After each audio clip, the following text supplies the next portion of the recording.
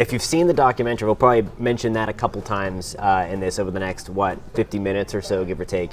It explains just all of that stuff if you haven't been paying attention to this, and just how different this is completely. I mean, it's nothing that's never been done before. Right, and all of this came together in a relatively short amount of time. Yeah. The person who was planning it, and we'll talk about him in a second.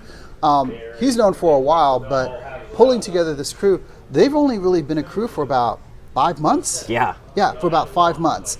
And you talk to astronauts, they train for years, if not, a majority of their adult life. Absolutely. To go into space. Yeah. Just the physical side of it, you have to have the trust of your members if there's an issue going on. And, as you mentioned, we'll talk more about it's an autonomous thing, but that doesn't mean that they can't take control if they need to. And hopefully they don't have to. Hopefully everything goes well, but there is that possibility that they need to be able to get out of a dangerous situation. Right, and what's interesting also is 2 of the people on the mission are pilots. And we'll talk about those folks and kind of their role in things in a little bit. But it's not like sending 4 people from the weather department up in a rocket and going, good luck. Yeah, see ya. we'll see you later and things. Yeah.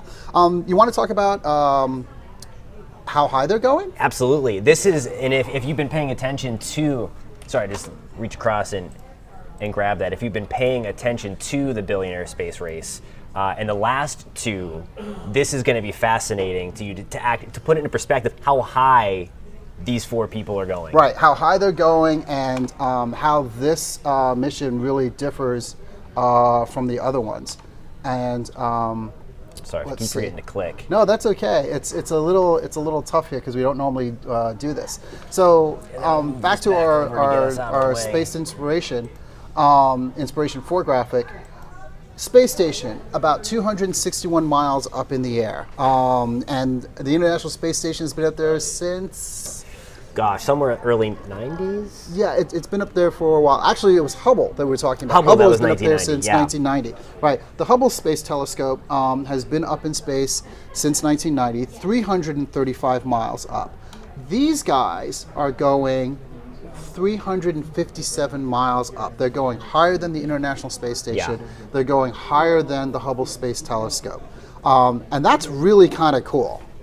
It is, and if you watched the documentaries, there's the second time, they were talking about they were going to have it go lower than the ISS initially when they were planning this, and they were like, well, if we're going to do this, we're going to do it right, because they need to be able to get humans, if Elon's vision of being multi-planetary species is going to come into fruition, they need to get humans beyond, obviously, the ISS and beyond. So they're doing it. Right.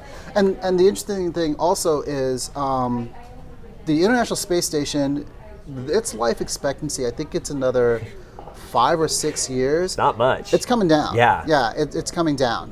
Russia said they're building a new one, or the Chinese, I can't remember which country.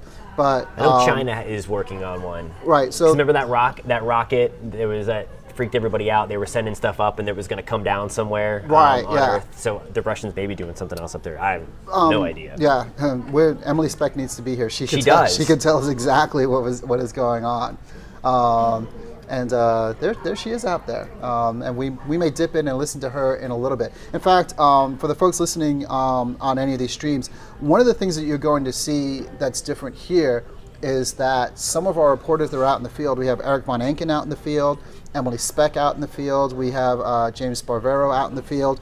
We'll be dipping in and listening to what they're saying, their reports out there. We have a schedule. What's the first one coming up? 7:15, so he should be any minute. He'll pop up, and we'll bring you what he has to say. Right. And just looking to make sure that he's right. Not So up on any the stuff. interesting thing, again, 357 miles up, and we've talked about the billionaire space race. Okay, there is something called the Karman line. You've got a better way of explaining it than I do. Well, and this just really blew up over the last couple of months. When we started talking about this, it's like, okay, who's going to go further? But the Karman line is that international line that kind of says, okay, we agree that this starts space. Right. And it's 55 miles above the Earth. which is very high. Which is very high. But not as high as 357 miles right, above the Earth. I mean, that's a lot. Mm-hmm. And how did they do before this? Well, Jeff Bezos, in his New Shepard rocket, went up to 63.2 miles. And when Richard Branson went up in VSS Unity, they only went up 53.5 miles. So close, but not quite. Close, but not quite. And I mean, even further, I mean, the New Shepard, they were up there and then came back down very quickly. What minutes? 10 minutes or so? Yeah, it was like 3 minutes of weightlessness. Yeah. And completely automated, no pilots or anything. And I think that's one of the reasons they ended up saying, like, you guys really aren't astronauts, you know. But again, for Inspiration4, they're going to be 357 miles above, and they're going to be up there for 3 days. And that's the other part. It's, okay, they're going to have to get up there, and they're going to be hanging out up there for several days, as you mentioned, and, I mean, love this graphic. It just illustrates, again, I mean, how high, they're going to, I mean, there's no question doubt. here. There was that match, like, okay, we went higher than you, okay, you didn't really get there. No, I mean, anything you can do, I can do better, and SpaceX is going to win this one again. Oh, SpaceX is really going to win. Absolutely, really going to win this one. Yeah. So we can come back out to us live, and we'll get ready for our next graphic. Looking up over there, have we seen? I've not seen Eric pop up yet. Pop up yet? I have not. Emily is up on TV. Want to pop over to Emily? I don't know if is she talk? Let's see here. Gonna look for.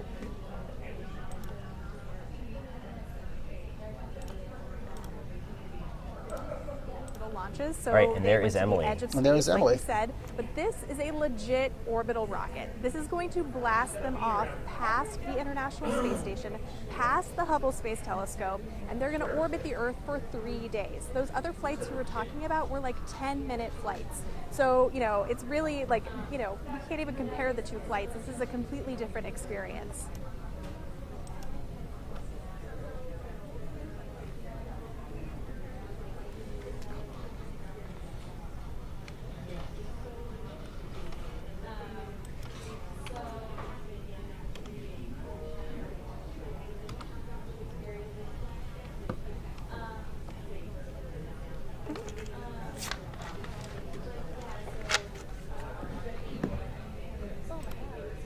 All right, so that was Emily. You just heard what she had to say as we continue to wait for this historic moment here. We have several other reporters coming through.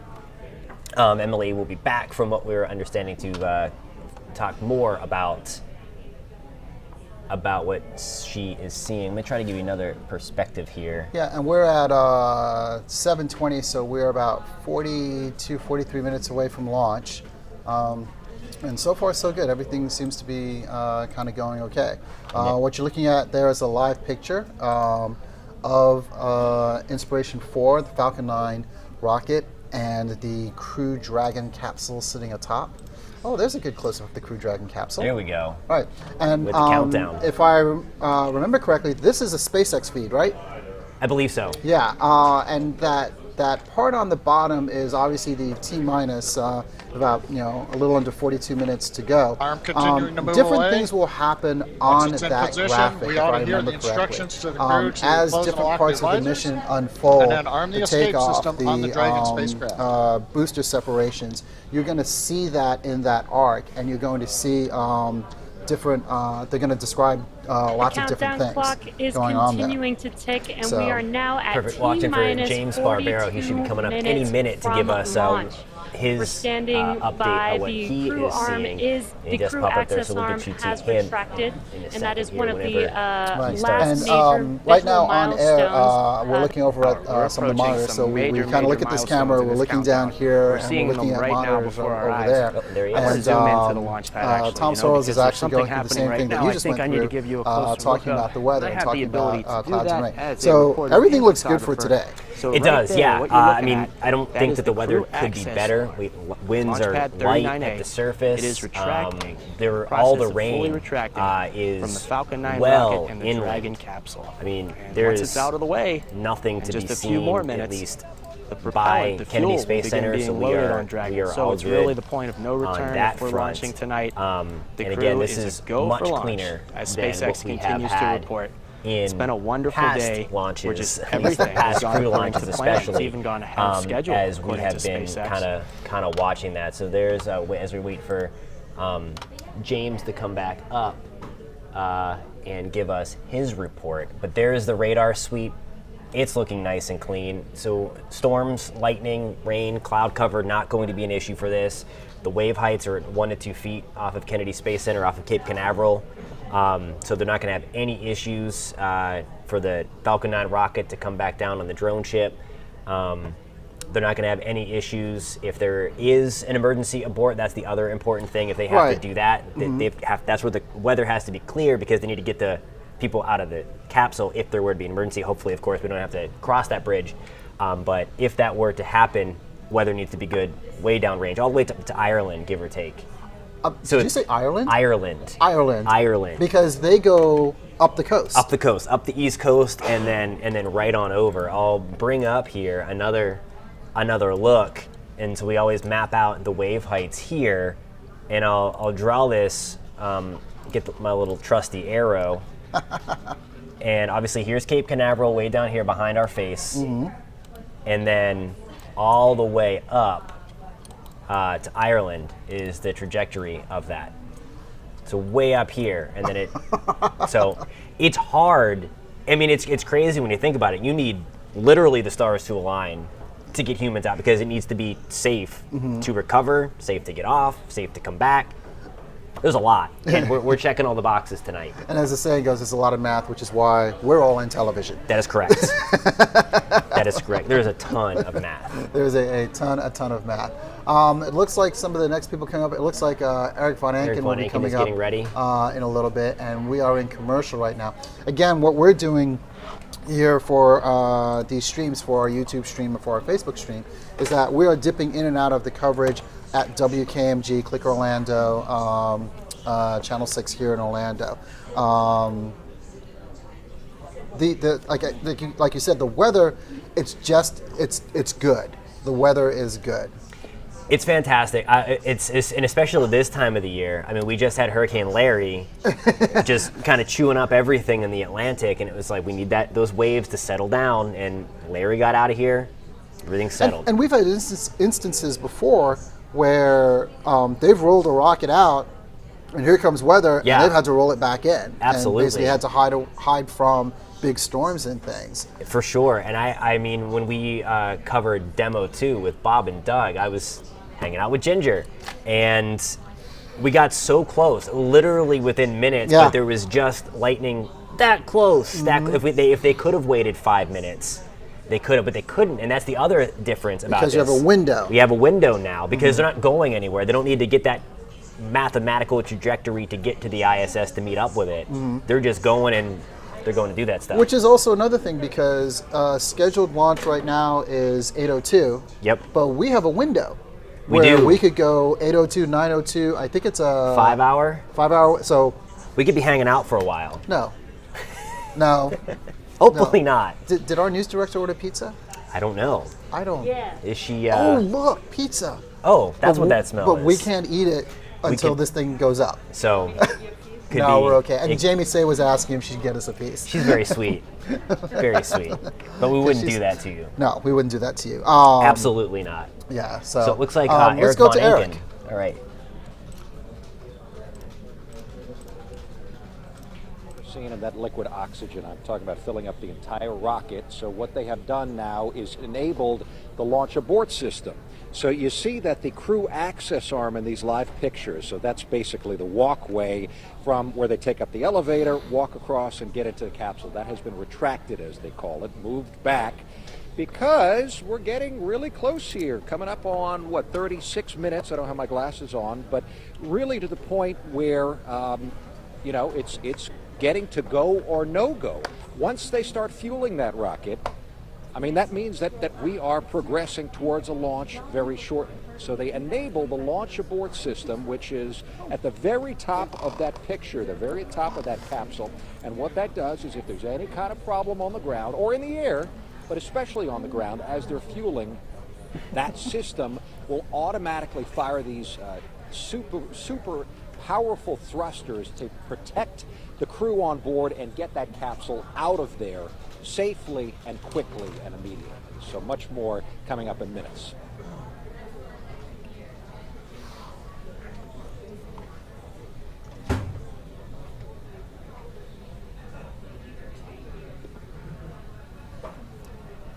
Part of the evening, hopefully. Remember, we're counting down to James Barbero at the countdown potentially clock. Out here all night, but we think the mission is going to be right on time if things stay on track like they have. So join us in just a few.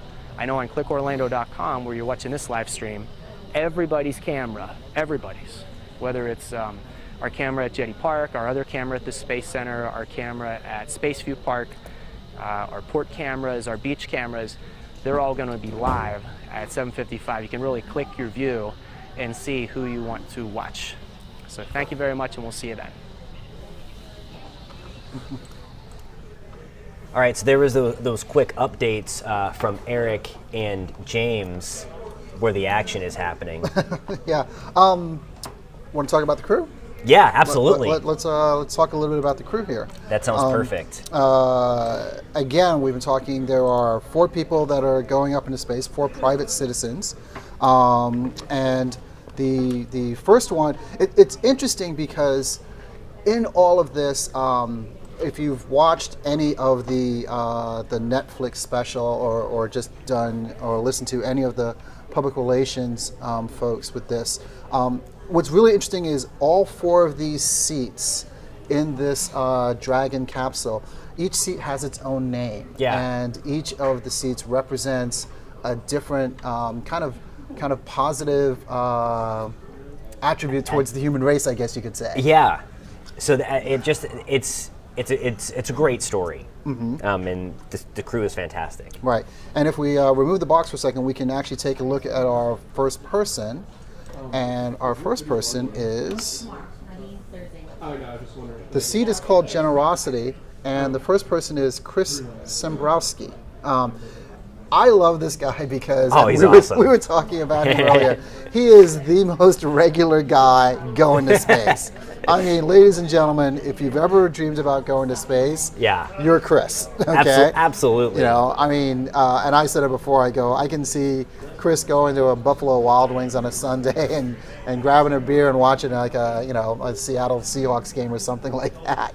Absolutely. Just a regular guy, and he has a Florida connection. His Florida connection was he graduated from Embry-Riddle. Mm-hmm. He is actually in the aeronautics industry. Like I said, lives in Seattle.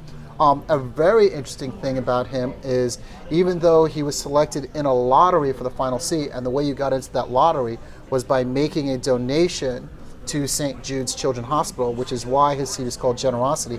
He was not the original winner of that seat. Right. But we don't know who that is, right? We don't know who it is. We don't know who that original winner is. We don't know why that original winner did not take the seat.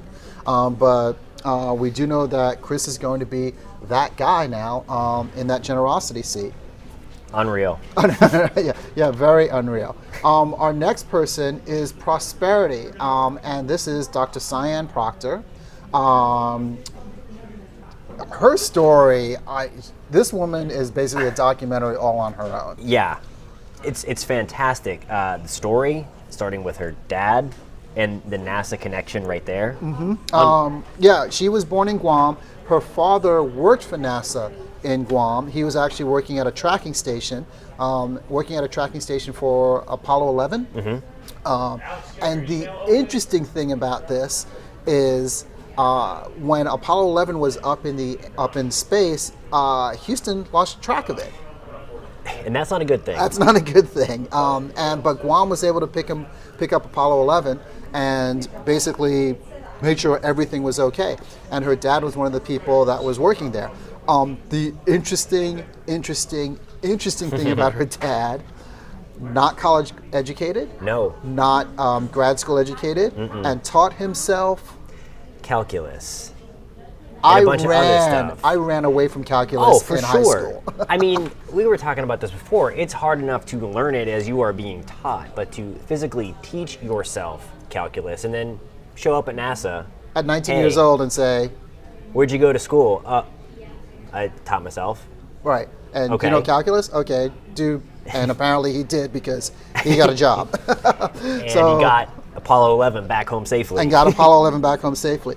After Apollo 11 landed, the astronauts took a tour of the world. They stopped in Guam and they said thank you. And one of the things that her father had was a handwritten note from Neil Armstrong that said, thanks for the help and things. And the interesting thanks thing, for the help. Thanks for the help. Really, thanks for the help. And Dr. Proctor is taking that note into space with her. That's going to be so cool. And I'm sure she never really thought that she'd be able to take that to space. But that's an awesome kind of full circle story. So excited just to hear about that. And the funny thing is, she didn't have the note. She had to get the note from her brother, her older brother, who lives in Australia. So he had to make that trip halfway around the world. And to be here in Florida. He wasn't sure whether he could get back into Australia because they have very, very strict COVID protocols, Australia and New Zealand. But he said it's worth going. And I think his wife said, you got to go. You got something like this. I mean, they'll dragging him back. I feel like Dragon will just swoop over Australia. They'll get him back. They'll get him back. Dr. Proctor is also an experienced pilot. She's actually the pilot of this mission. So if they do have to take over manually, Dr. Proctor will be the person in charge. And her selection was from social media, where Chris was hired. Well, Chris got his seat from basically the generosity and being picked in a lottery.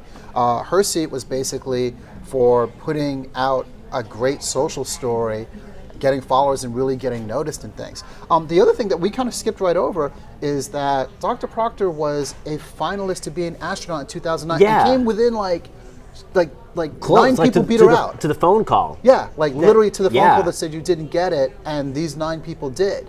So she was right there, and she calls herself an analog astronaut.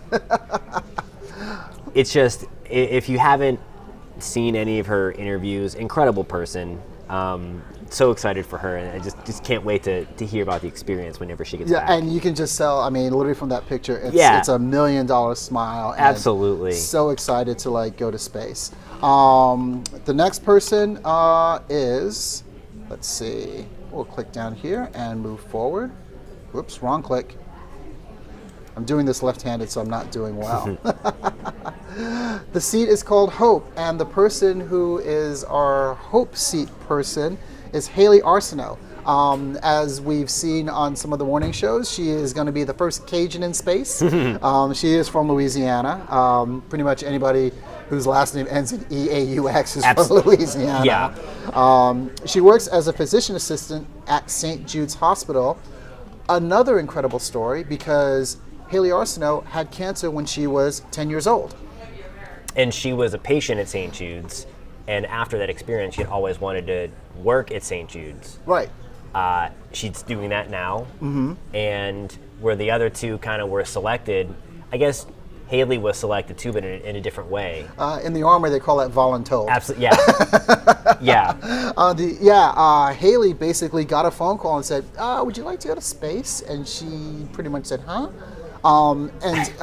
She is a great representation of St. Jude's Children's Hospital. She's a person who works there now. She's a person who went through cancer treatment. In her leg, she has part of her bone is prosthetic and actually grew with her. Yeah. If you've seen pictures of her, she has, you'll see a scar on her leg, and that's where she has her bone. This will be the first time somebody with a prosthetic has gone to space, and they're very interested to see what happens. Yeah. Up there. The other thing is, Haley Arsenault will be the youngest person to go to space. Really, really cool. Again, such an incredible story, such an incredible story of hope. The last one, leadership, the leadership seat, and this is the person who has brought this all together. Jared Isaacman, he is a self-made billionaire. He has donated $100 million to St. Jude's.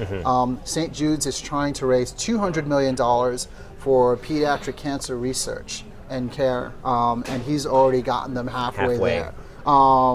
There's so much to talk about with him. I found one of the most interesting things is that he owns a company called Draken International, and it's the world's largest private air force. It's so, yeah, I mean, it's insane, the story again, just how this all came to be. Right, and that world's largest private air force, he actually trains pilots for the U.S. Armed Forces with his Air Force. He does air shows. He is also a pilot. He has talked with SpaceX on a number of different occasions for a number of different reasons. And basically, as his story goes, he says that he just casually mentioned to SpaceX one day about, being a customer, and they put him in touch with, I guess, that part of SpaceX that does that. And the next thing you know, he's basically, chartering a capsule to space. So those are your four people: prosperity, generosity, hope, and leadership. And we really wish them a safe trip and everything, because again, their stories, this is the kind of stuff movies are made of. Their stories are just absolutely amazing. Incredible how they were selected, how they were found, the people in general, and it's gonna change the game for a lot for space. We're doubled up. We're doubled up. There's two of us. Yeah, you don't need to see four of us. We're not that good looking. At least me. Oh, I'm right. No, sir. No, sir at all. But no, it's crazy. It'll get you, take you to the SpaceX feed. They've got a cool shot here.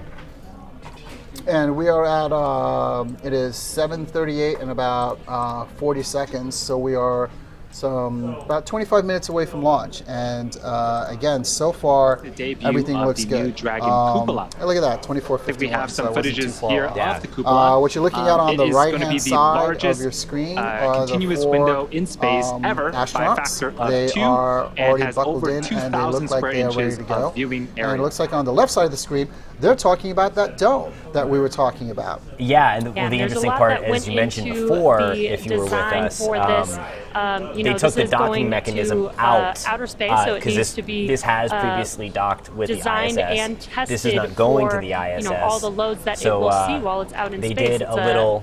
Great view to look out of, but they it's did a little bit of modification. Right. Hit by Dragon. This is SpaceX animation, and again, what you see is this is Dragon capsule. The bottom part here, they're pointing to the solar arrays that help power it, but that's also a storage unit, basically known as the trunk. And then basically what you're going to see on the top in a second, as that flips over, there is, I hope I pronounced this correctly, the cupola. And basically it is a glass dome that they have put on this this capsule. Where that dome is normally is where the docking mechanism is to dock with the International Space Station. They're not docking with the space station. They don't need it. They took it off. They put on the dome. It's going to give the astronauts some incredible views. Can't even imagine. 360 incredible views of space, of Earth, of just all types of things. So it's just really, really neat. And then coming back to the SpaceX feed, the SpaceX feed went blank for a second. There we go. And cool again, you're back to the hardware astronauts, that I'm so stoked to see launch here. Those are their anchors, aren't they? As I think we so. await T0 in about 23 minutes, we the ground are operations 23 minutes teams away from are launch doing a right series now. of system checks A to make sure beautiful both sunset. Dragon and Falcon 9 I are encourage ready you for all to launch. continue Let's take a watching look us, at but what the if Ascent you are in portion of the Florida, mission you will better look like. step outside and watch this, because Once we hit it's T0, probably going to be a we will watch spectacular Falcon 9 launch against an early evening sky. Absolutely, and they have the things called the cell phones, so you can bring us in the palm of your hand Yes, and keep you rolling. want to do that, because we will give you the latest if there are any delays or anything like that. Yeah. And it's interesting because when my wife and I watch launches, at 1, 2 o'clock in the morning, we always have NASA TV on in the family room, and it's blasting out so we can, and then the funny thing is it's always like 20 seconds behind. It's great. It's great. It's great to do that. We're so spoiled and so lucky, especially as a space. As things come back to the Space Coast, of course, within the last few years, and especially now getting humans back into space from American soil. It's just it's fantastic. It is really cool. I mean, it is somewhat of an absolute renaissance of what has occurred. Oh, it looks like we have Troy Campbell live. He's at Jetty Park. Yeah, let's see if we can dip in and listen to what Troy is saying. To Troy. Remote he might 7? be done. Maybe we just missed Troy. Right, yeah, it looks like we just missed Troy. Right. One of the things we can talk about is what is going to happen. You're going to have your launch. The graphic here on the screen, again, is another SpaceX graphic. Ascent, you'll have that first stage separation that we talked about, and if you notice that longer part of the rocket, that's the part that's coming back to the drone ship, correct? That is correct. Right. And as it goes, you'll see that kind of that rocket like kind of flip around and then land, and it always fascinates me when those things come in because it's just the coolest. I don't know what's cooler, like the actual like getting the rocket off the ground or having that come back. I mean, that part's just, I don't know how you can do that. Yeah, you flip the rocket, the fins deploy, it starts to kind of slow itself down, and then, you know, I'm figuring that those guys always have a bet to see, you know, how close they'll come to like the dead center circle where they've got to land, whether it's on land or on a ship or something like that. Absolutely. After they do that flip maneuver, as Dragon and the second stage continue, you'll see that Dragon basically separates and that second stage falls back to Earth, and then Dragon will continue on and basically go up and reach orbit. One of our last launches, Starliner, they did not reach the correct orbit that they wanted to reach. Correct. Yeah. What? Yeah. It missed the ISS altogether. Right. They were supposed to dock with the ISS. They had problems with, I believe it was with their engines. They made it to space, but they didn't make it to where they wanted to go to. It's kind of like going to Lincoln, but I ended up in Columbus. Right. And again, that's the same thing. Now that there are humans in there, they can take it over, and that's why, you know, it's the hope that they don't have to take it over. Mm-hmm. But obviously, you can't have somebody that can't fly it if there's an issue, because it is a computer, and you know, computers aren't perfect. Right. So, you know, and we were somewhat comparing it to a Tesla earlier. Yeah. You know, and it's not just that because Elon Musk owns both SpaceX and Tesla, but the fact that computers are only as good as the people who program them. Absolutely. And things come up, and that's why you have humans, and that's why we're not quite at the point yet where you want to basically put a human life completely in the hands of a computer. It's one thing to send cargo to space. You know, you lose some cargo, you just go make some more cargo, and it's going to cost you a bunch of millions of dollars. But you know, not so much to be careful with humans, but it's a whole different ball game when it comes to talking about humans. Absolutely. Yeah. I'll get you a nice close up here. There's a cool shot. I think we're waiting for an update from one of our reporters on the Space Coast in just a few minutes. But I just saw this.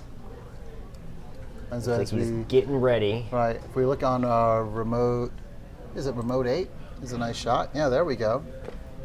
That's a cool. I mean, these shots are always like the anticipation building. Mm-hmm. Because you can't see what we're talking about there.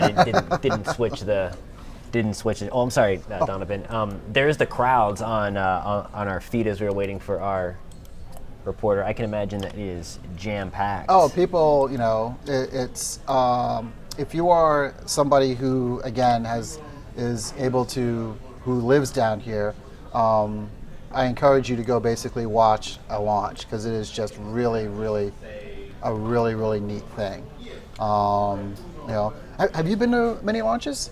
I have not gone to the Space Coast to see one. I've seen them from the Orlando area, just kind of looking east. So I've not seen one up close. I have not done a SpaceX launch. I did a shuttle launch years and years and years ago. Just one day.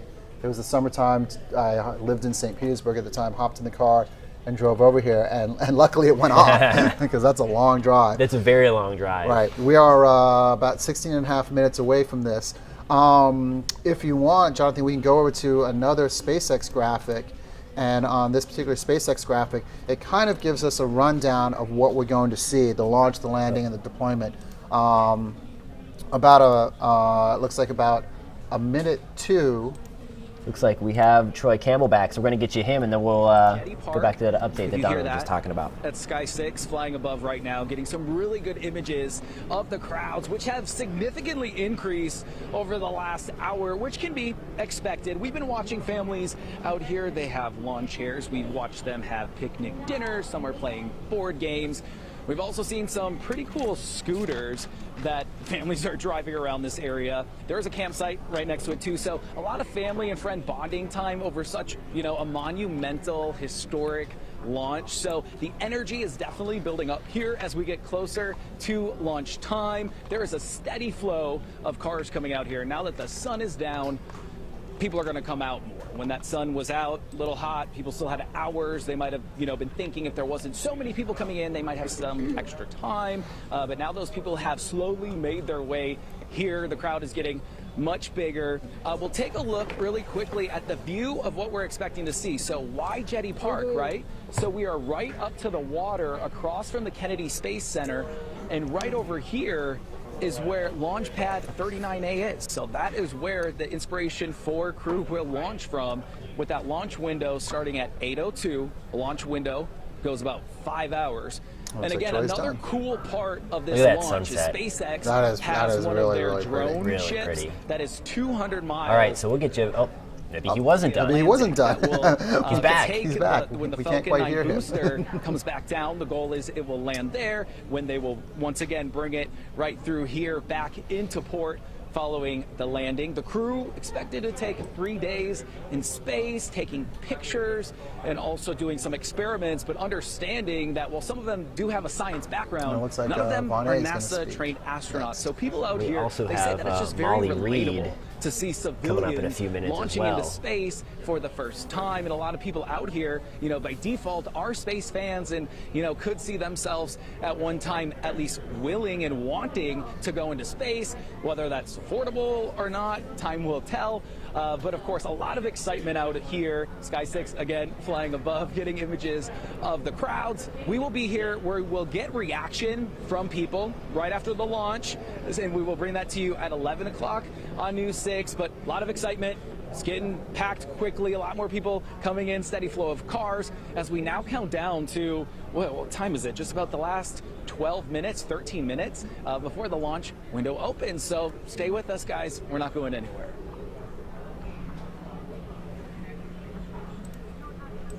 All right, so now he's done. Now he's done. We'll get you to Molly Reed. It looks like she's setting up her shot, and she's going to have an update from another angle in a little bit. So as we were saying, basically 1 minute and 2 seconds in is as what SpaceX calls the moment of peak mechanical stress on the rocket. And that is basically, I am getting out of Earth's atmosphere. Yeah. The Earth is trying to keep it, and I'm trying to get away. Yeah. Right. About 2 minutes and 37 seconds in is when you're going to get what's known as MECO, which is the main engine cutoff. Shortly thereafter, 3 seconds after, you're going to get that separation, where that first stage is going to start heading back to Earth and Dragon, and the second stage will continue forward. Second engine starts a second later. First stage entry burn at 7:30 as it's trying to basically line itself up. The second engine cuts off at 8:51, and pretty much at 8:51 they going. Yeah, and then that's we always. I know, like one of the big questions is always, okay, when can we breathe again to know that they are safe? Right. Because obviously the two most dangerous parts is taking off and then coming back. Right. And it's after all of that stuff happens, and kind of the Dragon is on its own. Right. And one thing in the documentary, and any time we look at these, you always have to have somewhere in the back of your mind what happened to Challenger. Absolutely. And what happened to Columbia. And remember, Challenger basically exploded on the way up when they did full throttle, and then Columbia broke up on the way back in because of damage from one of the tiles on takeoff, and they didn't even know they had that damage. We've come a long way. First of all, we're not using space shuttles anymore. Correct, right. And if you've ever looked at that tile system, I remember the first time they moved one of the shuttles from one place to another on the top of an airplane. It landed, and half the tiles were gone. It's right. It's just like foam. Yeah. It's you wouldn't think, if you've ever been at the Kennedy Space Center and see the Atlantis. I think it's the Atlantis at KSC that's hung out in the one of the shuttles on display there. It's incredible to see that. Because the whole underbelly of the space shuttle is just, and it's just these there. foam things. And I remember, they had every single foam piece was custom made, and they were glued on, and the glue couldn't even survive a ride on the back of a 747. We've come a long way. Things are much different. For sure. We're not using space shuttles. We're not using those SRBs and the main engine. The solid rocket booster, the main engine booster. We're back to the days of capsules, which is basically how we started. 50 years ago. Yeah, I mean it's been a while. Back to this graphic. There's the last things. You don't have to put it back up, but what you're going to get at about 9:04 is the first stage landing burn. At 9:31, that first stage will be landing. Dragon separates from its second stage at 12:09, and then the nose cone open sequence of Dragon starts at 13 minutes in. So basically you're looking at about 12, 13 minutes where everything is okay. Once you get that separation, I think it's a big sigh of relief for people. Yeah, absolutely. We are at 7:53 and 30 seconds. How is the weather looking? The weather is looking absolutely perfect. I'm going to show you the radar here in just 1 second. There it is. And again, there are some storms out there way inland. Those are not going to have any impact.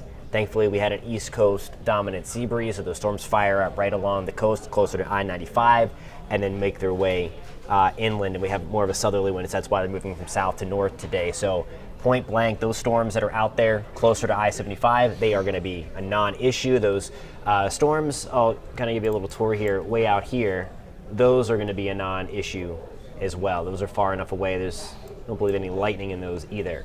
So we are good to go from a weather perspective. We talked about as well the wave heights, not only for recovery of the Falcon 9 rocket, because that obviously comes back. That was one of the things we were talking about, that if you're not familiar with what SpaceX has been doing over the past several years now, I guess, it lands back on that drone ship.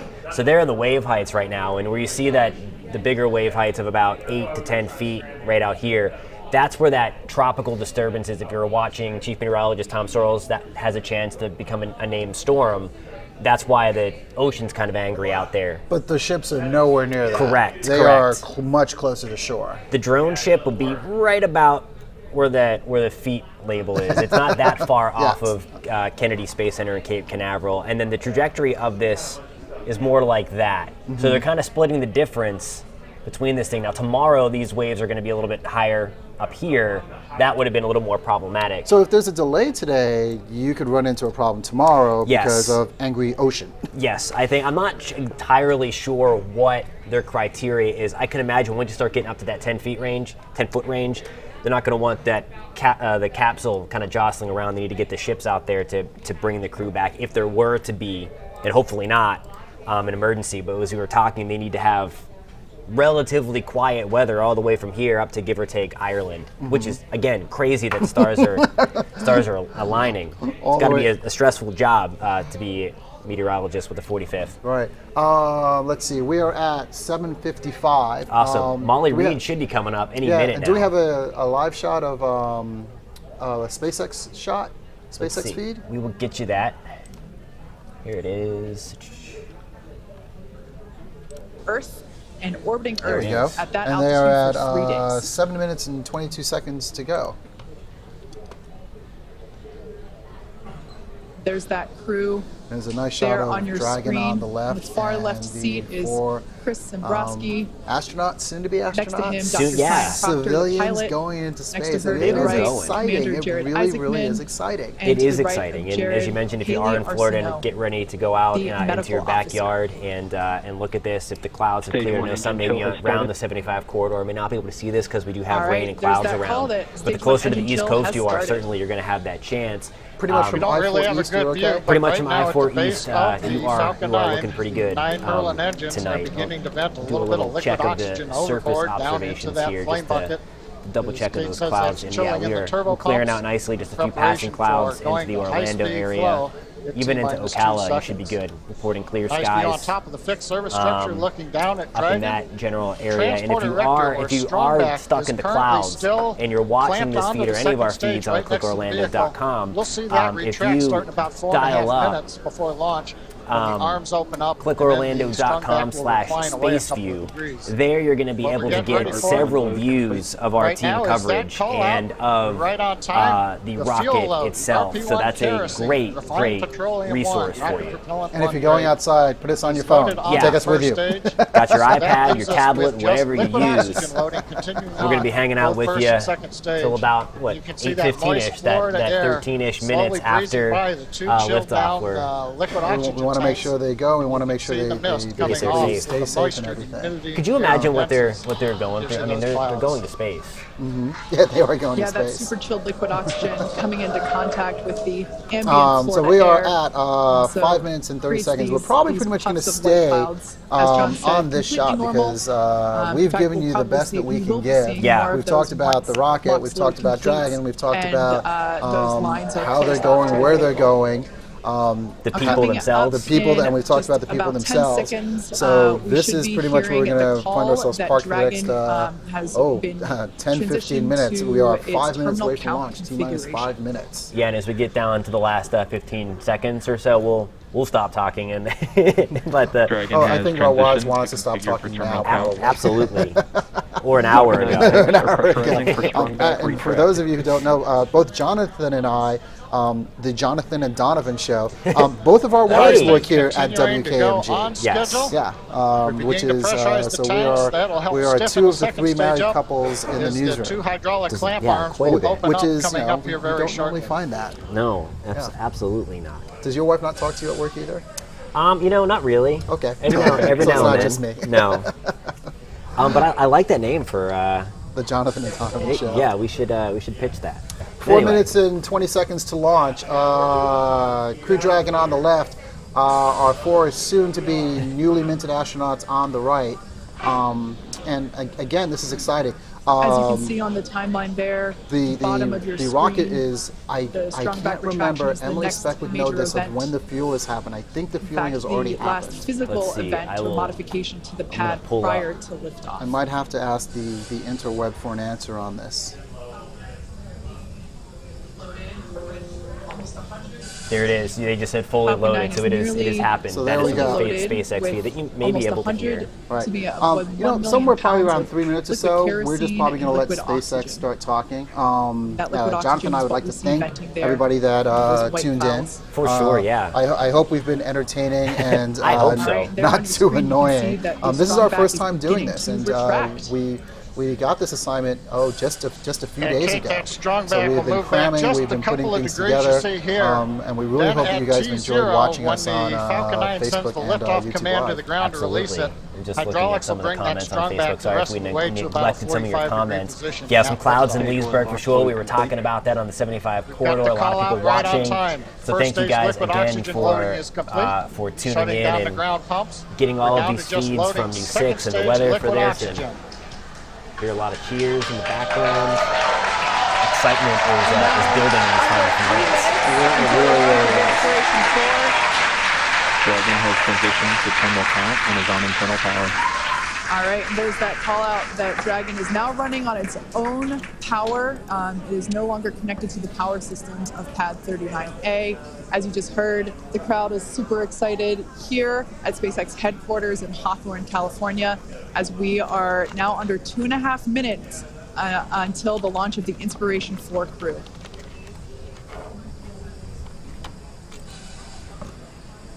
That crew there can be seen on the right-hand side of your screen, buckled in and ready to go.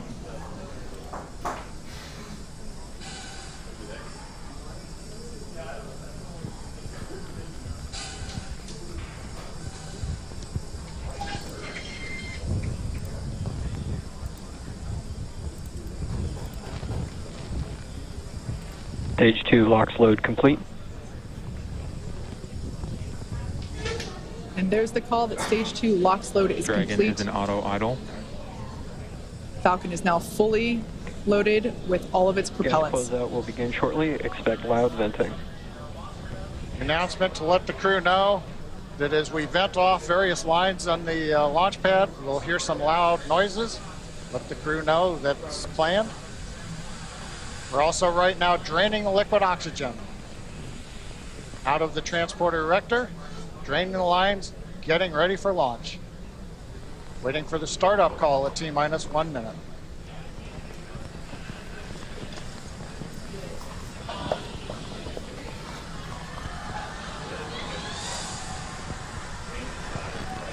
FPS is on. Second round of startup. Dragon is in countdown.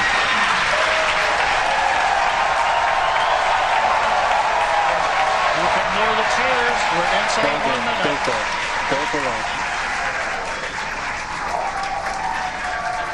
Inspiration4 is go for launch. Punch it, SpaceX.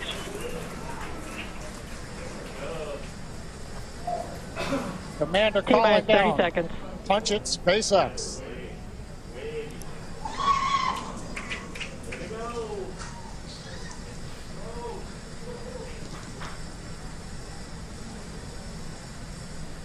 T-minus 15 seconds. 10,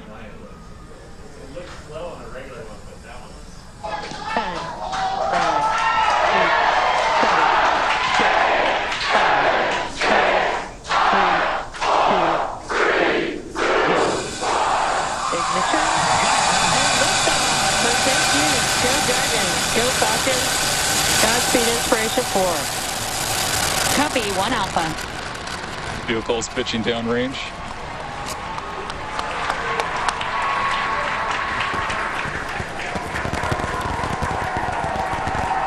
Stage 1 propulsion is nominal.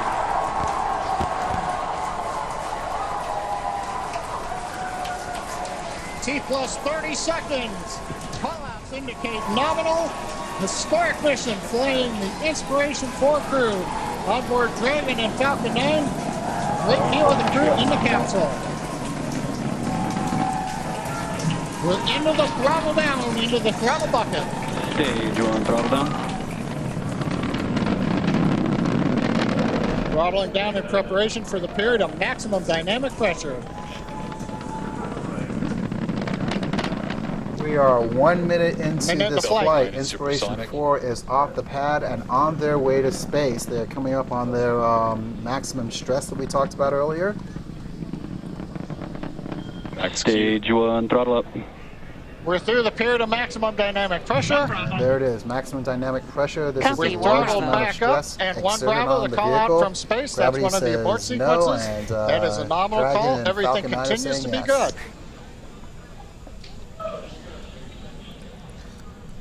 For those of you like a watching on the smooth ride feed, for the just so crew. you know, the feed's probably about a good 30 seconds behind what is actually going on.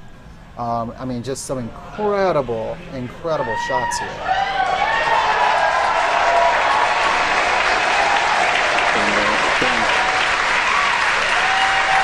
Okay, we heard the call out. MVAC-D is chilling. We're beginning to get the turbo pump ready on the second stage engine for ignition. We're passing through 3 G's acceleration. Everything continues to look nominal.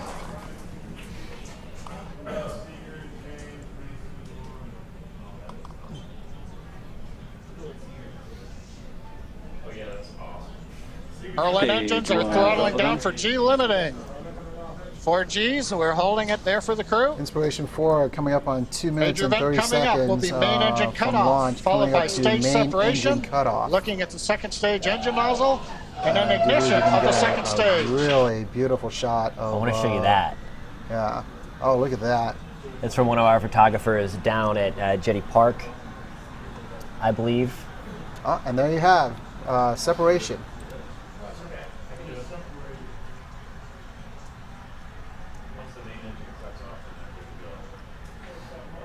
And you can see the reaction from the astronauts, and now they're into second stage. Check out this view here. You can see the different gases from the separations there reflecting off of the sun. It looks dark there, but the sun is below the horizon, so they're getting up and up and up, and it's reflecting off of that. So a cool shot there for you from Cape Canaveral. I'll get you back to the...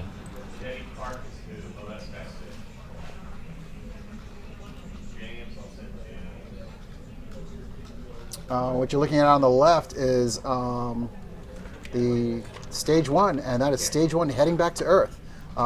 Those grid-like things are basically the fins that are going to help it steer its way back to the ship to land. And usually what ends up happening is you get right there, and then the signal cuts out, like, right as it lands on the ship or on land or something. I think I've only seen it once where it kind of did that. I can imagine it's pretty shaky out there. Right. And you can see, you got a tale of two stories here. You've got Dragon and Stage 2 heading up. They're at 167, 68, 70 kilometers above the Earth. And you've got Stage 1 basically heading down at 160 kilometers. So, two things going two different ways.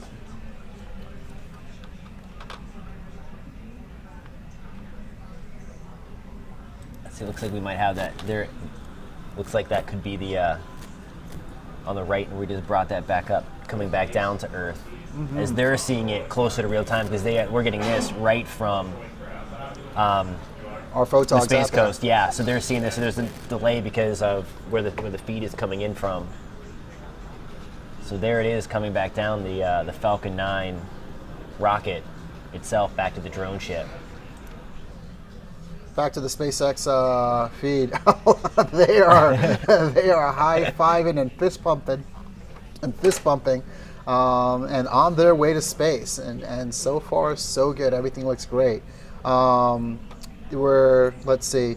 The next event coming up is the entry burn. I think I mentioned that was probably about 7 minutes or so. I think so. Yeah. Yeah. And from the entry burn, then you get to the landing. So you'll start to see. That stage 1 basically start lighting up and guiding its way back down to Earth. And again, this is for stage 1. This is the third time this particular rocket has gone into space. And for the Dragon capsule, this is the second time this particular Dragon capsule has gone into space. Just fantastic. And again, there is the. And if I've got it right, it looks like it's probably Chris on the left, and I think Jared is the second next to Chris, and then Dr. Proctor, and then Haley all the way over on the right-hand side. I think so.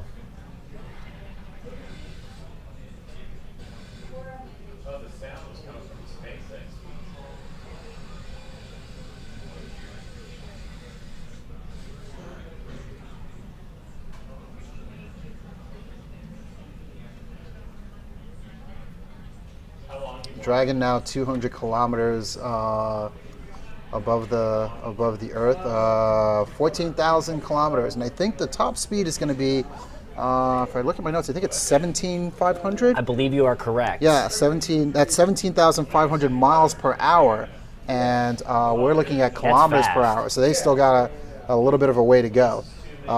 First stage at 110 kilometers, 109, 107, 105 kilometers above the planet.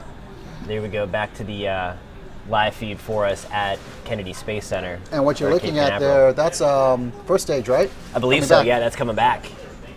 Kind of in the clouds, with the clouds out there now. We'll get you back. And then coming up on that entry burn, you can see for the telemetry at the bottom of your screen, 7 minutes and 30 seconds into the launch of this flight. And here we go. There's their entry burn.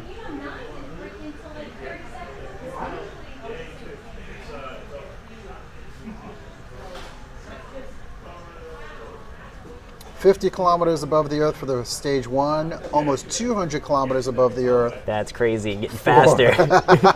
Wow. For a Dragon in stage 2.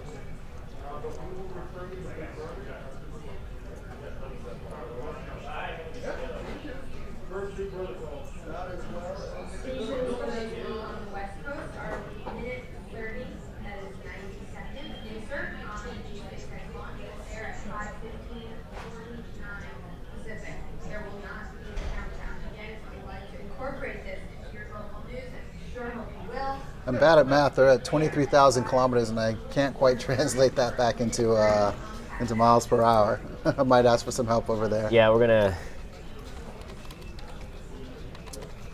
Stage 1 is under 10 kilometers away from landing, and is very, very close to landing.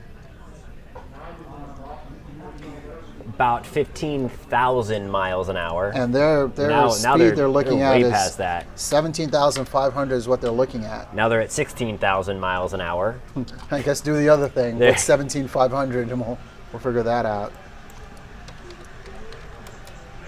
About 28,163. So they're coming up on it. Yeah. Yeah, they're coming up on it. Again, thumbs up. You got the second engine cut off. And we can't see it, but it looks like, here we go.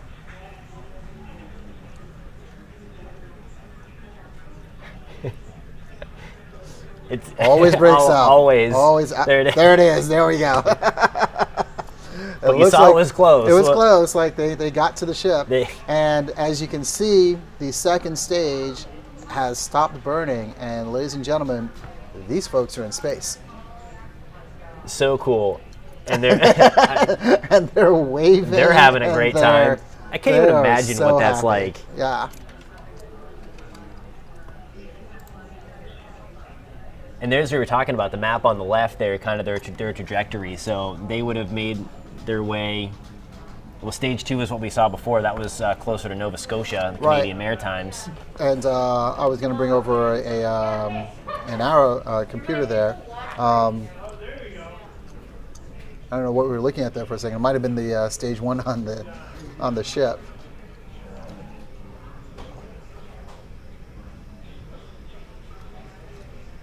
They are at 27,372. Does that about translate to our 17,500? A little bit more to go. A little bit more to go. Okay. Maybe they made it already. They're close. All right. And again, now we're looking at this. Here's your stage 1. That's where the stage 1 is landed, and you can see how far away Dragon is from the stage 1. Just incredible. All right. So we're 11 minutes into this. I pretty much think we've done what we've accomplished to do here, sir. I think so. Just fantastic stuff. Yeah. As always. So thank you guys again for tuning in. Thank you. Thank you. Thank you for enjoying this with us. This was a lot of fun. Yeah, this Can't wait to do it again. Yeah, this was your second time doing this. My first time doing this. And hopefully we'll be doing this a lot more and things and everything. Yeah. It's a lot of fun. So thank you, sir. Thank you. Thanks, Thank you guys everybody. for tuning in. Bye-bye.